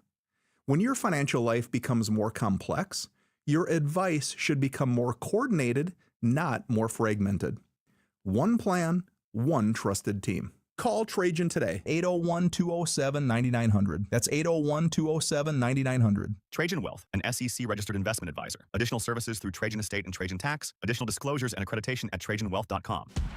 Calling all Jazz fans. If you can't wait another second to see stars like Ace Bailey and Lowry Markkanen tear up the court, you're in luck. Tickets are on sale now. Let's go! No matter what you're looking for, the Utah Jazz has your back. With season tickets, mini plans, and single game options available, there's something for everyone. Whatever your schedule or budget, there's a plan for every fan. Don't miss a moment of the action this season. Secure your tickets today at UtahJazz.com. We just want to have enough money for retirement. And travel to visit our grandchildren. I understand. That's why at Fisher Investments, we start by getting to know each other, so I can learn about your family, lifestyle, goals and needs, allowing us to tailor your portfolio. What about commission-based products? We don't sell those. We're a fiduciary, obligated to act in your best interest. So how do your management fees work? We have a simple management fee based on the value of your portfolio, so we do better when you do better. We appreciate that kind of transparency. We also check in with you regularly to keep you up to date on the markets and your portfolio. Well, what other services do you offer? As a client, you have access to resources on investing, financial planning, estate planning, Social Security, Medicare, and more. Wow, sounds like Fisher Investments has everything we need. At Fisher Investments, we're clearly different. Learn more at FisherInvestments.com. Investing in securities involves the risk of loss. Sometimes when our furnace stops working, it's something simple we can fix ourselves, if we only knew how. What's up, everybody? I'm Mike Wilson with Any Hour Services, and the next time your furnace stops working, before you call a company out to fix it, try this first. Go shut the furnace down and make sure your air filter is clean. Go around the house and make sure the vents are open and there's nothing blocking the return airs. If it's been a while since you've changed the batteries in your thermostat, go ahead and do that too. Then go turn the furnace back on, and if it stays on, you're probably good. If it stops working again, you're probably going to want a technician to check it out. If you don't know one, Any Hour Services has a special offer for any homeowners listening. One of our HVAC technicians will diagnose and troubleshoot your furnace for only $29. Then they'll explain what they found and present you with repair options. And don't worry, our technicians service all brands. Call Any Hour Services and let them know you heard about this $29 troubleshooting special on the radio. 801-443-7400. You can Google Any Hour Services. You can even schedule online at anyhourservices.com. No one helps more homeowners than Any Hour Services. Over the years, you've brought opioids into your home. They helped when you were in pain, and you held on to them just in case. But holding on to opioids puts your family at risk. Learn more at www.fda.gov/drug disposal. You are listening to Midday. I'm Maria Shilaos. So with everything that's happened in Mexico over the last week, many Americans may be wondering if it's safe to go there now. For people who have upcoming vacations, should you cancel? ABC News sat down with Mexico's ambassador to the U.S. to get his perspective. Is it safe to come to Mexico? It's safe to come to Mexico. You know that last Sunday there was this action against the biggest drug lord in Mexico. And all the people around him tried to stop the army from doing this and create a chaos and try to give a sense of a huge conflict, mainly on digital media. But the army even caught not just this drug lord, but also caught the guy that was in front of coordinating these actions against the army. The thing is that no one tourist was hurt, not one civilian. So everything is on calm right now in Mexico. And I can say that Mexico is safer now than a week ago. So then let me follow up on the cartels, because this was a huge coup to take out El Mencho, yes. Yeah. And so we are seeing very aggressive action now on behalf of the military. President Sheinbaum, she's not messing around. She means business here, clearly. Could we see this continue? Do you see her ordering the military to go after more cartels, more kingpins? Does it end here with El Mencho? Well, there is a commitment to fight drug cartels and to make Mexico free of this kind of trafficking, as we are also asking the American government to fight against the trafficking of illegal weapons to Mexico, because what the army found when they went into this drug lord place is that it was full of weapons, and about 80% of them came from U.S. So we're working together, and we must continue to work together to fight these people. The ultimate goal is to free the streets of America, the street of Mexico, of drugs, and to make it safer for our population. And you know, this is, I don't have to tell you, this has been an ongoing problem for decades, the drug lords in Mexico. And there have been efforts in the past with the United States, with presidents of Mexico, to try and take down these cartels for decades.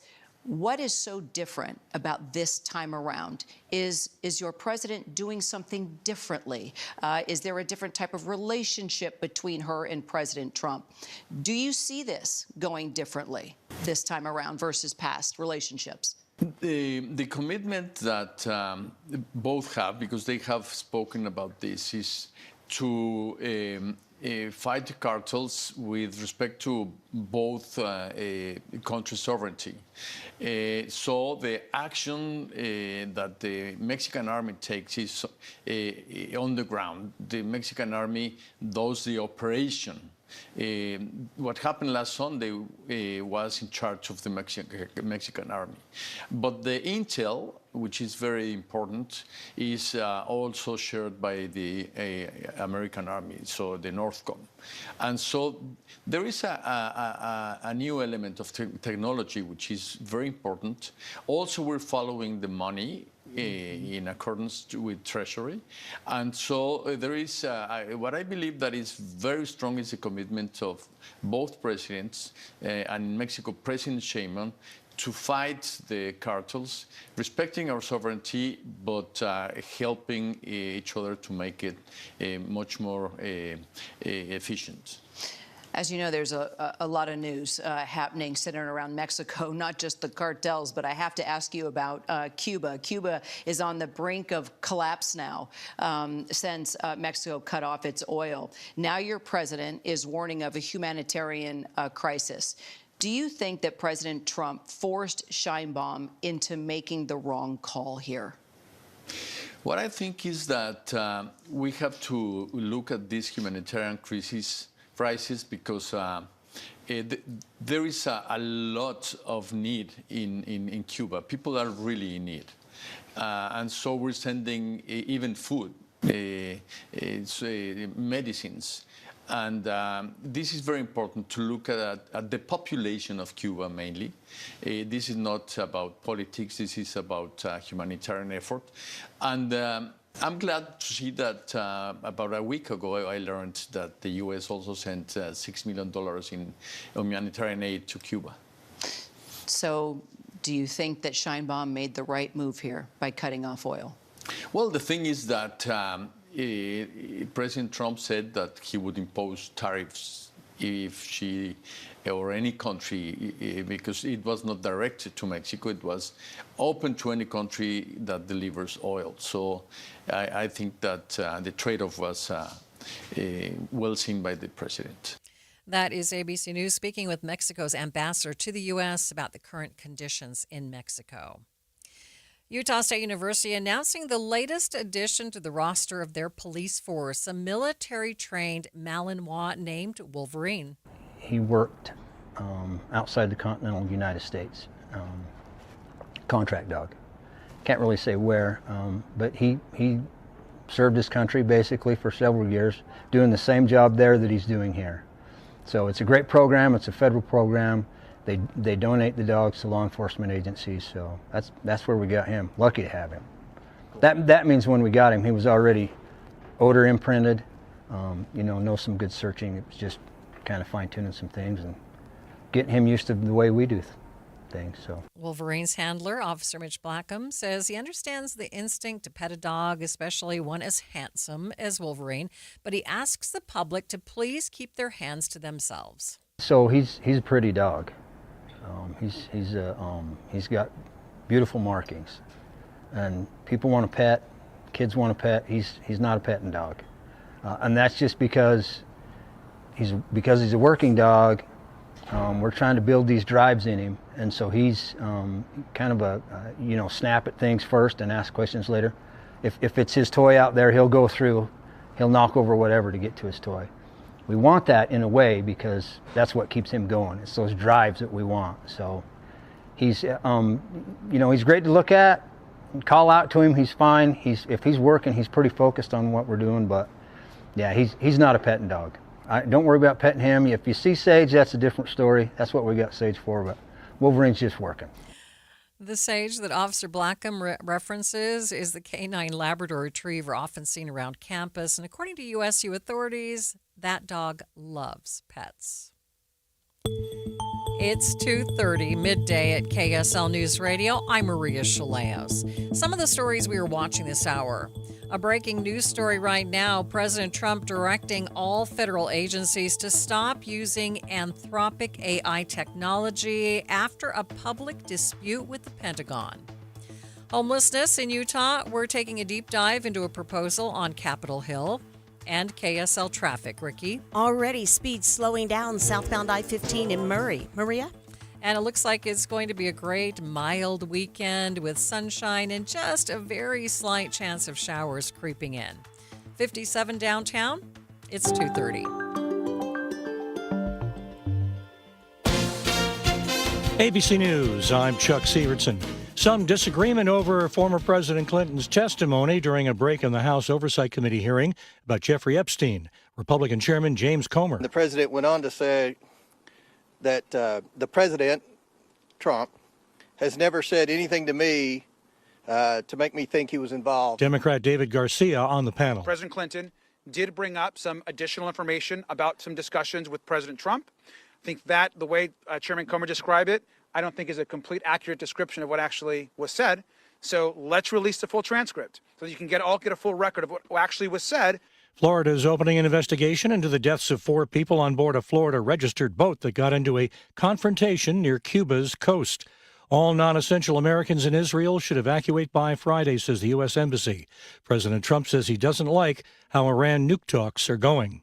This is ABC News. KSL's top local story, Utah lawmakers have made some major changes to a bill that for a time was looking to require proof of citizenship to vote and make Utah's voter records public. KSL News Radio's Adam Small has details. Senator Mike McKell's bill now mainly just requires county clerks and the lieutenant governor to take steps to avoid conflicts of interest in their own elections. Plus, it would allow candidates to use campaign funds for security, and it makes tweaks to the voter ID law he spearheaded last year. McKell says he decided to scrap a lot of the previous provisions after talking with county clerks and because a lot of the provisions related to proof of citizenship are being run in a separate bill, which he says he supports. McKell's slimmed-down bill passed in a House committee today, but he says there will likely be more changes coming to it before the end of the legislative session next week. Other local stories KSL is following. Utah's congressional delegation wants to change the protections at the Grand Staircase Escalante National Monument. KSL News Radio's Alexandria Bonilla reports. Senator Mike Lee and Representative Celeste Malloy are working together to overturn the current management plan put in place by the Biden administration at Grand Staircase Escalante National Monument. They say the current plan is too strict and doesn't allow enough mixed use. This has conservationists worried because it could open the door to more development, grazing, and mining. Lee and Malloy plan to introduce a resolution in Congress next week.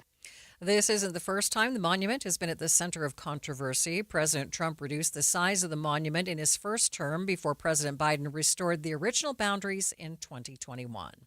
Taking a look at your money at this moment, the Dow ending the day down by 521 points, more than a full percent. It sits at 48,977. S&P down by about 30 points, and the NASDAQ down by 210 points. Traffic and weather, it's brought to you by UCCU. Earn 4.44% on savings at uccu.com. Here's Ricky Meese. Traffic already getting a little busy and slow. An early jump on the drive home southbound I-15 at the South Interchange to 7200 South. And the clearing of a crash in Davis County eastbound 650 North Clearfield at Main Street. This is just to the side of I-15. Looking for a dose of love, laughter, and a little bit of magic? Try out a bubbly romantic comedy at the Opera. Donizetti's The Elixir of Love, March 7th through 15th at the Capitol Theater. Ricky Meese in the KSL Traffic Center. A nice weekend, whether you want to ski or play golf. We're looking at highs near 60 60 degrees, just a very slight chance of showers. 57 degrees at the KSL Common Spirit Health Studios.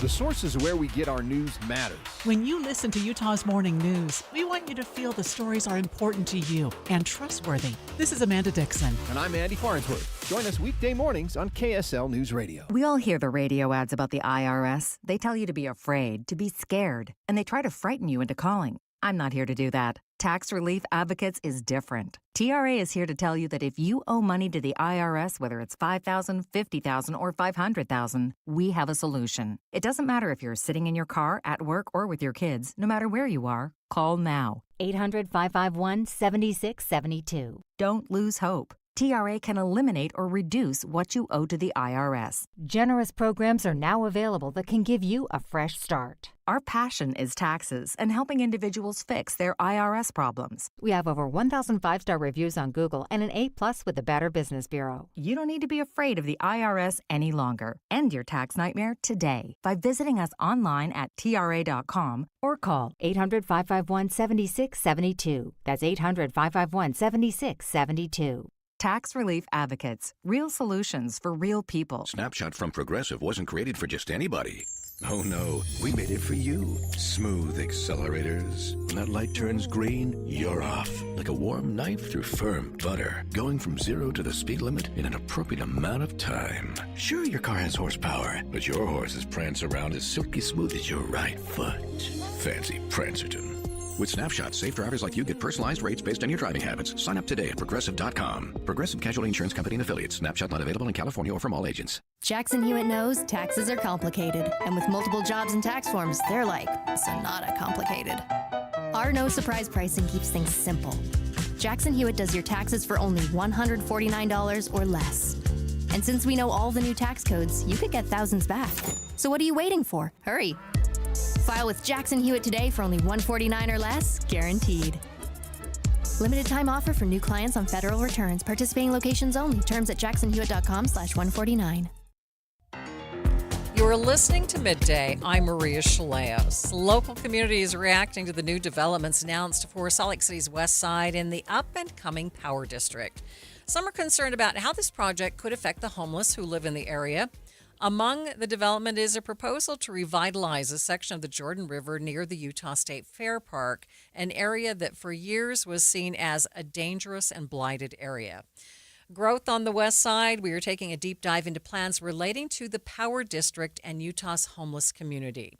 Let's begin with KSL News Radio's Eric Cabrera, who is tracking a bill on Utah's Capitol Hill that would directly affect the unhoused by creating a kind of competency test. Maria, this bill, HB 572, isn't written per se as a homelessness bill, but it could change what happens when someone on the street ends up in the justice system. So it's really about this moment, right? When someone is arrested and a court starts to question whether they're mentally well enough to go through trial. Instead, lawmakers say this gives judges basically clearer options to send someone into treatment and in some cases keep them longer to try and get them stable enough to move forward.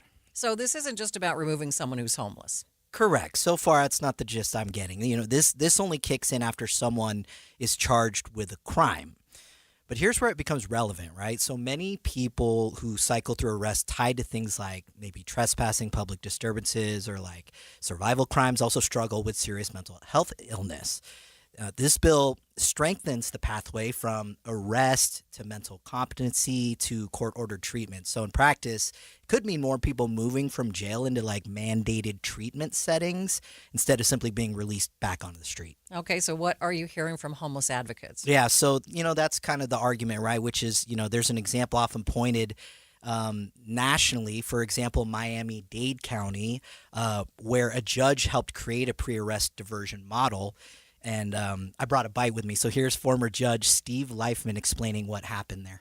Our pre-arrest system has resulted in the number of arrests in Dade County going from 118,000 a year to 53,000. Not only did our arrests significantly get reduced, but our jail audit went from about 7,400 to 4,400.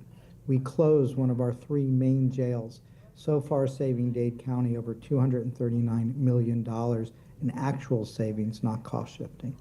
We also found that our law enforcement officers were dealing with very serious mental health related issues, particularly PTSD. So we even set up a treatment program for law enforcement, which has resulted in our police shootings almost stoppage. We set up a post-arrest system where we could create pathways to treatment. The recidivism rate among our misdemeanor population went from 75% to 20%. So, Eric, this sounds like they were doing a better job of just getting the resources, the proper resources to the right people. That's right. That's right.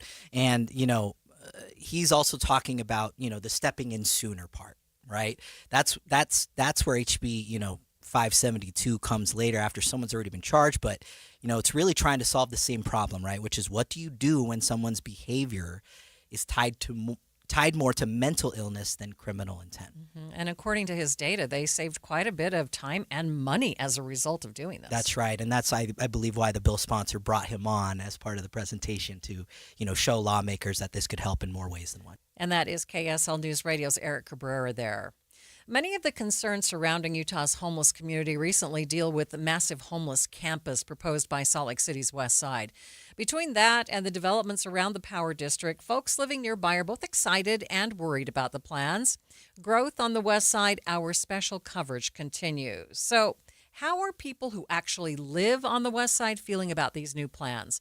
I spoke with West Side Coalition's Dan Strong to get his perspective. I think the Jordan River is obviously a real asset to our community and to the entire city, and one that's been historically neglected and very underutilized. I use it. My neighbors use it. It's gotten better, especially in the last year or so, as more attention's been paid to it. So I guess my first thought was, man, how come this hasn't happened before now? Like providing a real anchor location, using the river as a place for people to gather. That's all exciting. So it'll totally change the experience, won't it? I think along that stretch it will. I mean, it's a 50-mile long river with a lot of trail, and so I think there'll still be plenty of places to get to take in nature, where this stretch might be kind of more of an entertainment destination. But I think it's kind of exciting to have multiple uses like that. We all know that there have been quite a few people who are homeless that do, I want to say, hang out around the river. How do you think that will affect them? I don't know. There's always been some homeless folks around the river. And honestly, I think from me and the perspective of most of my neighbors, we don't have a huge issue with that, as long as it's, there's not like rampant crime and drug use on the trail, which there has been that as well. We've really pushed to try to get that part cleaned up, and has, I think, for the most part, been cleaned up. You still, of course, like in any big city, see people struggling, and that's it's tough for those people. And I think we hope they can find ways to do better. But I guess from my own perspective, that's been kind of a part of the River Trail experience for a long time. I don't know that this will change it other than in that mile stretch, but the main thing is kind of keeping the public safe. Mm-hmm. Do you think this is just the beginning, or do you think that leaving the rest of the Jordan River Trail in a more natural state is the best way to go? I guess I favor a mix. There's certainly, we would not want to lose kind of the more natural aspects of the Jordan River Trail along its entire length. I don't think anybody's asking for that. But, I look at other cities that have rivers like running through them, San Antonio or Boise. They make much better use of their river for the people who live around it than we have. And I think that includes like places for people to gather, maybe to have something to eat. And, you can imagine boat ramps and maybe even like river tubing, and if we ever get the river kind of clean enough for that. So I could see like a really nice anchor location along this stretch, but then it kind of reminds people that it's here and brings people to it. And then, of course, I think for most of its length, it would continue to be used for walking, jogging, and maybe boating. Yeah, you mentioned the quality of the water there along the river. Are there efforts underway to clean up that water, or do you hope this will lead to that? I think that is kind of part of what's being discussed. I mean, I don't know all the details, but I know that the Miller Group and the other developers are talking about a like 8-figure investment in the river. Also, the Jordan River Commission is highly engaged and invested in all of this. And so I do think that there will be efforts to clean the river, and I don't know how much it would take to make it kind of safe to swim in. We're probably a long ways away from that, but I'd be excited for anything like that, and I do think that that's part of the discussion. All right. Anything that you'd like to add that maybe I haven't asked you?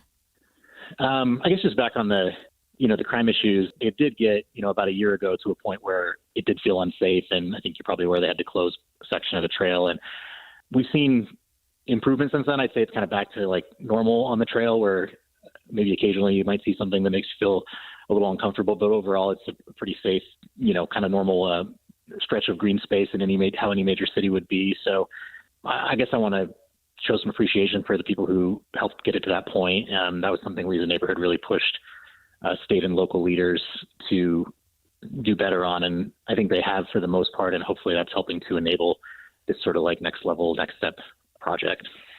Dan Strong is the president of the West Side Coalition. Midday continues in just 60 seconds. Are you considering GLP-1 injections for weight loss? Before you start, ask yourself this. Are you prepared to spend $3,000 to $5,000 per year and stay on the medication long-term to maintain the results?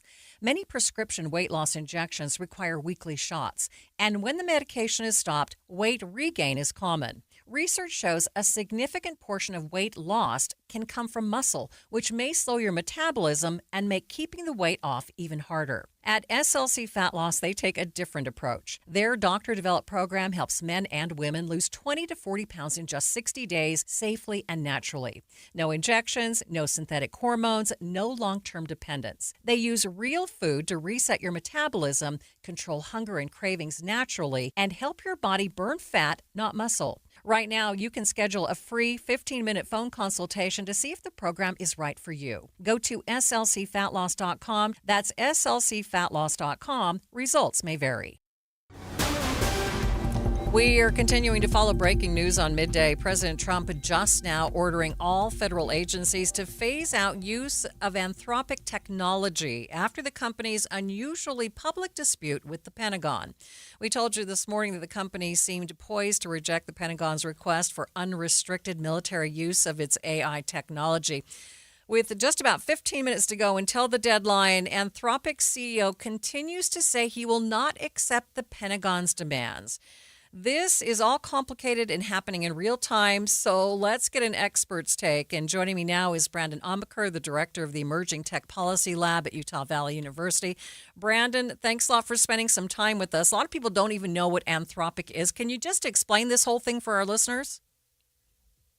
Yeah, absolutely. So Anthropic is a AI company similar to what people might be more familiar with ChatGPT or Elon Musk's xAI, which has their Grok model.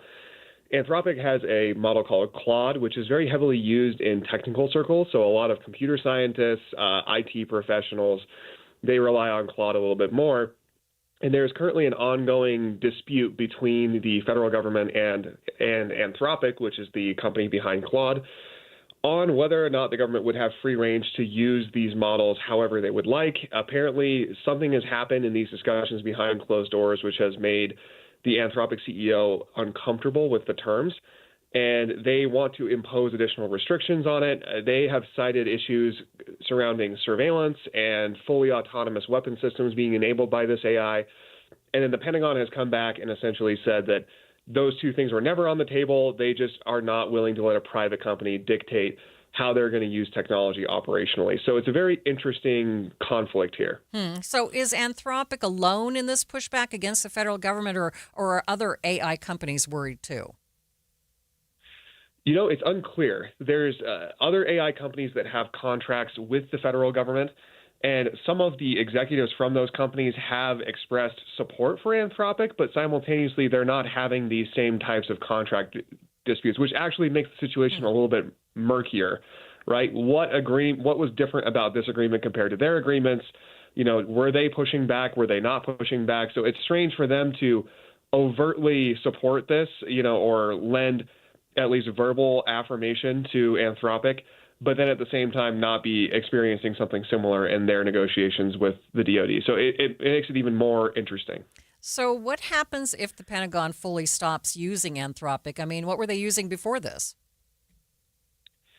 I mean, it's a good question. And frankly, these incorporation of LLMs is relatively new. So I'm guessing that prior to this, they may not have been using anything, and they're likely using several models at the same time. It seems like we're still in an early enough phase of kind of this AI race that a lot of them they're probably implementing different models simultaneously to see where one performs better than the other. So going forward, if they were to phase out Anthropic, I'm guessing that they would just rely a lot heavier on some of these other companies, including OpenAI, xAI, Google, Gemini, et cetera, that they already have existing contracts with. So talk to us broadly about AI safeguards. I mean, what are some of them? Yeah, so AI safety is a really interesting thing because it operates completely differently than conventional tech safety. If you have normal software, the logic is perfectly linear, meaning I can just put a rule in the software that says, hey, under no circumstances allow the user to do this. But the thing about AI is that it's modeled after a human brain. So you can put rules in there. However, they can sometimes be circumvented if with creative enough deceptive prompting. Now, so AI safety is an interesting thing. But the other kind of issue with it is that sometimes, like a human being, AIs can make mistakes.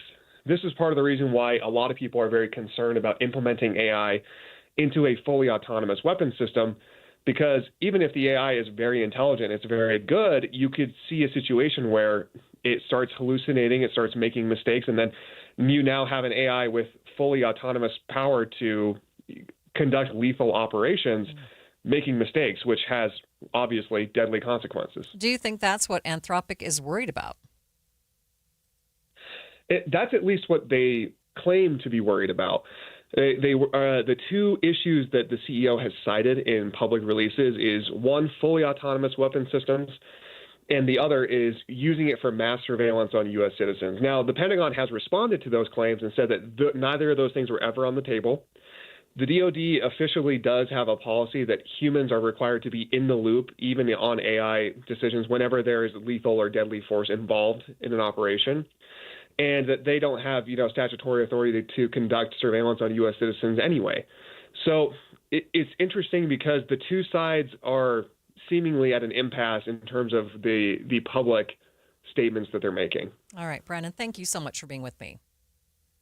Thank you. That's Brandon Amaker, the director of the Emerging Tech Policy Lab at Utah Valley University. It's Friday, which means it's time to check in with the Arrow's John Smith and get a look at the cool stuff in Utah. That's coming up next. But first, it's traffic on KSL News Radio. It's brought to you by UCCU. Up to $500 for loan transfers. Love where you bank. Ricky? Already some delays on the southbound drive of I-15. The first spot is Weber County. It's slow from Ogden through Roy, and then in Salt Lake County, delays setting in southbound I-15, 53rd south through Midvale. Common Spirit Hospitals, clinics, and caregivers all connected to advanced health care in Colorado, Kansas, and Utah. Healthcare with human kindness is here. Hello, human kindness. Ricky Meese in the KSL Traffic Center. Sign up for KSL Text Alerts. Get breaking news and traffic updates by texting the word news to 57500. Want access to exclusive contests? Text contest to 57500. Jazz fans, text the word jazz for breaking jazz updates.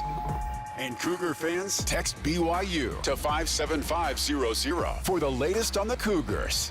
Message and data rates may apply. Jackson Hewitt knows taxes are complicated, and with multiple jobs and tax forms, they're like Sonata complicated. Our no surprise pricing keeps things simple. Jackson Hewitt does your taxes for only $149 or less. And since we know all the new tax codes, you could get thousands back.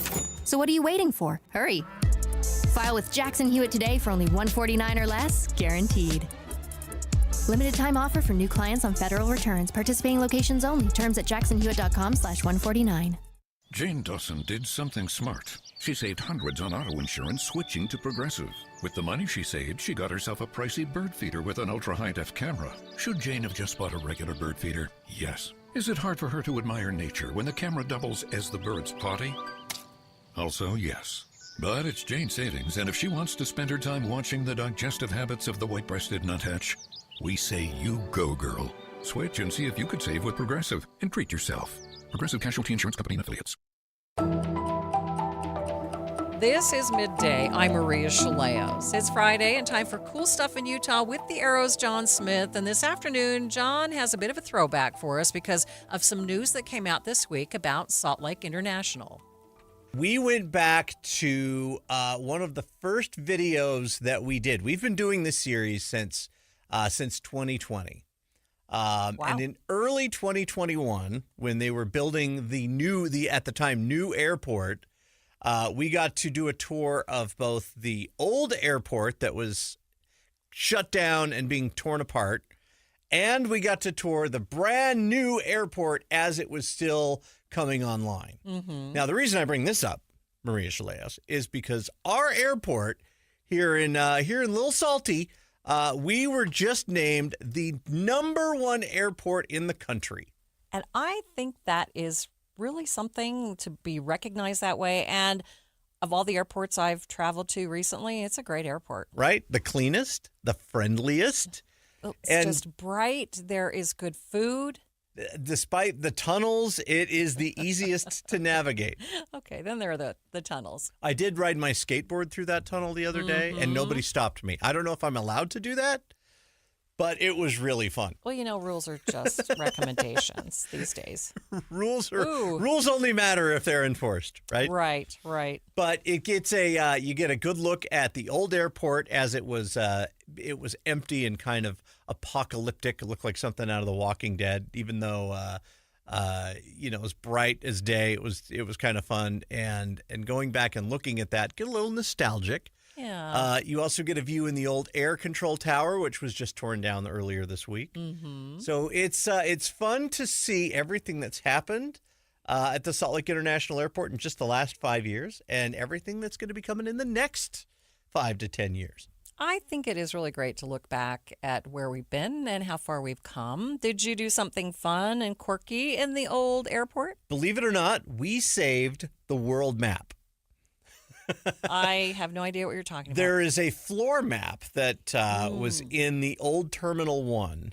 It's like this floor marble, what is it?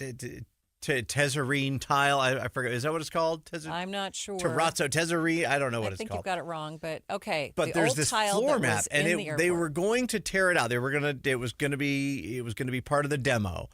It was too expensive to save. Now, I have received word on good authority that when we first aired this video, and it aired on KSL radio and TV, that there was so many people that reached out telling them to save this that they had since saved it, and it is reconstructed. It is currently in the B terminal of the new airport. So I saved the world. Literally, you're welcome.